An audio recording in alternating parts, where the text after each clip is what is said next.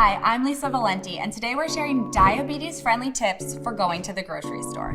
If you or a loved one has been recently diagnosed with diabetes, you may be figuring out a lot of new steps. As you learn to manage your diabetes, adjusting your diet is a key part. And if it's feeling overwhelming, hopefully we can help simplify it today. We'll talk about foods to eat more of, foods to limit, tips for the grocery store, and tips for dining out when you have diabetes. Foods to enjoy. Diabetes diet guidelines are actually pretty similar to general healthy eating guidelines.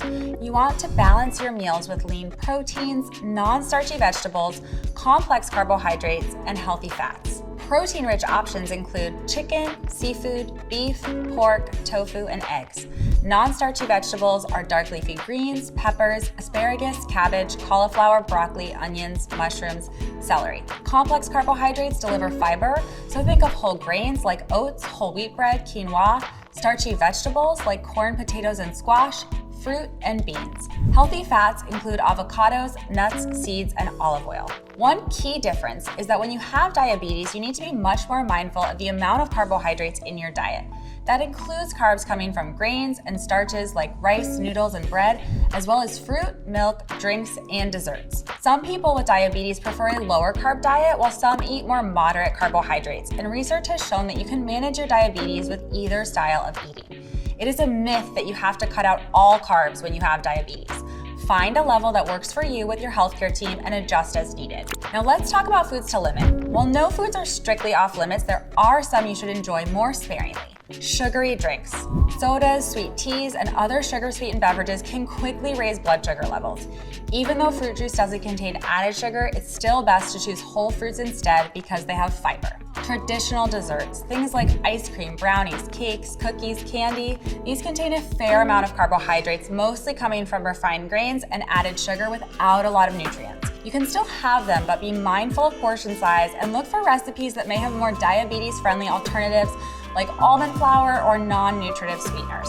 High-carb foods, white bread, pasta, and rice. These are not off limits, but opt for whole grain alternatives when you can, and be sure to pair smaller amounts of these carb-rich foods with protein and veggies. Other foods and nutrients you may want to limit include ultra-processed foods, saturated fat, and sodium.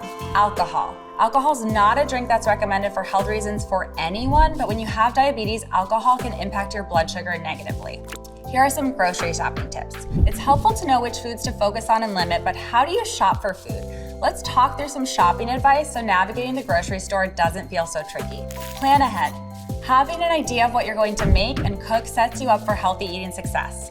Make a grocery list to minimize impulsive purchases and stock up on diabetes-friendly foods. This helps save you money and get more healthy options into your home.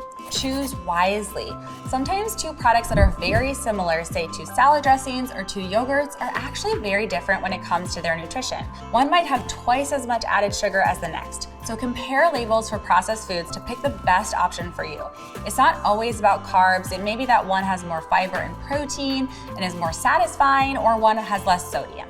It's always a good idea to check labels and compare. Do this when you're buying items like sauces, crackers, breads, yogurts, jams, and more. Shop for staples. In a dream world, everyone would have a meal plan and know what's for dinner, but sometimes we're eating on the fly. That's when having some healthy staples on hand can be really helpful. Maybe you always have plain yogurt for a snack or easy breakfast. Eggs are great for breakfast, lunch, or dinner. You can keep whole wheat or low-carb bread in your freezer for toast. Beans, canned tuna, frozen fruits, and frozen vegetables without added sauces are also great to have on hand. Having some healthy options on hand will help guide you to easy meals and snacks when you're not quite sure what to make. Understanding food labels is key to making informed choices. Here's what to look for. Serving size. All nutrition information is based on the serving size, so be mindful of how much you consume. Serving size doesn't mean that that's how much you have to eat or drink. You might have more or less, but all the nutrition information is tied to the serving size amount listed. Total carbohydrates. This number includes sugars, starches, and fiber. Aim for foods with lower total carbs. Fiber. High fiber foods help slow down carbohydrate absorption and keep you feeling full for longer. Added sugars. Limit foods with high added sugars, which can quickly raise blood sugar levels without a lot of nutrition. Protein. Foods that contain protein also help fill you up. Saturated fat, try to keep this to less than 10% of your total calories. Sodium, be especially mindful of sodium if you have high blood pressure or were told by your doctor to limit your sodium intake. Vitamins and minerals. Not all vitamins and minerals are listed on the label, but some key ones are. Macronutrients, that's carbs, protein, and fat, are important for blood sugar balance and satiety.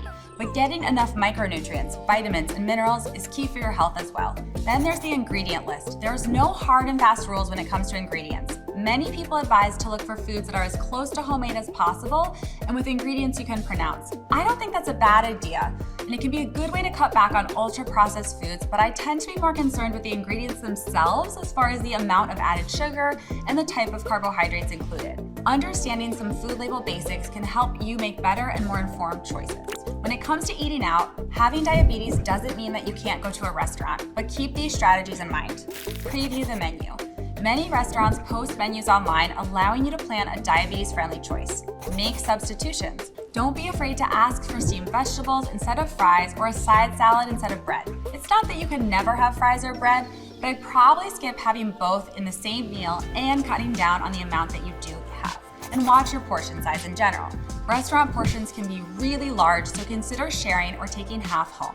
It may feel tricky at first, like you have to spend hours at the grocery store or give up all your favorite foods if you have diabetes, but it will get easier. Adapting to a diabetes-friendly diet takes time and practice. If you aren't quite ready to overhaul everything you eat, start small and make a few changes, and then once you get the hang of those, make a few more. Monitor your carb intake, focus on whole foods, read food labels, and don't be afraid to make smart swaps and substitutions. We have more resources on healthline.com to help you navigate your diabetes journey.